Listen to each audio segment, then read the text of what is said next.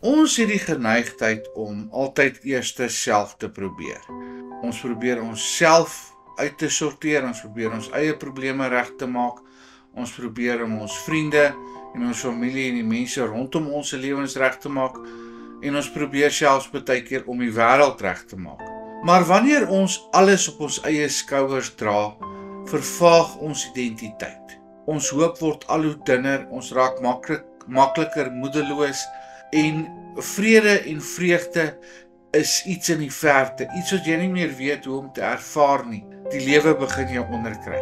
Maar daar kom 'n oomblik wanneer ons moet besef dat die Here wag dat ons na hom toe kom, dat ons identiteit en ons prestasies nie in ons eie oplossings lê nie, maar in sy teenwoordigheid. En dat ons moet aanhou om dit in sy hand te gee. Ons moet volhard daarin.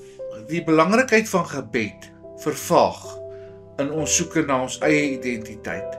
Ons moet ons gebedslewe so inrig dat ons harte oopmaak en alles oorgee en op te hou om alles alleen te probeer dra, en ons moet iets word wat ons werklik is, en ons het nodig om dan te herstel. Die woord van die Here leer ons met 'n rede sekere goed, en ons moet leer om dit te vertrou. Ons lees in 2 Tessalonisense 1 vers 11 en 12, waarvoor ons ook altyd vir julle bid, dat onse God julle die roeping waardig mag ag en met krag volbring, alle welbehae in die goedheid en die werk van die geloof, sodat die naam van onse Here Jesus Christus in julle verheerlik kan word en julle in hom, volgens die genade van onse God en van die Here Jesus Christus.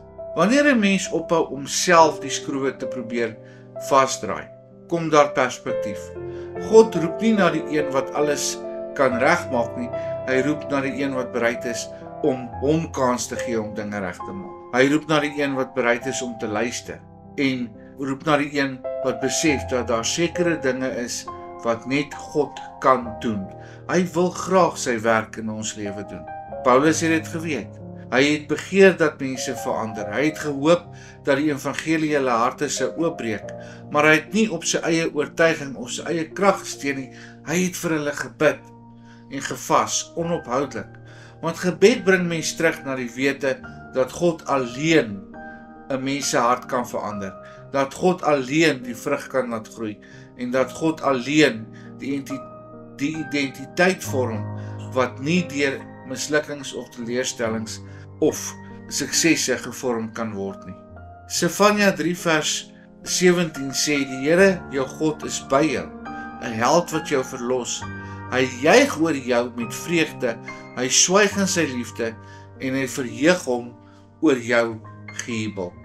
God herstel 'n mens se geloof in God se kapasiteit deur gebed. En gebed ontbloot ook die beperkings van jou eie krag. Dit lig die las van jou skouers af en plaas dit terug waar dit hoort, in God se hande. Omdat God nooit moeg word nie, omdat God nooit moed verloor nie, en omdat God kan sien wat ons nie kan sien. En God hou ook nooit op om goed te doen nie.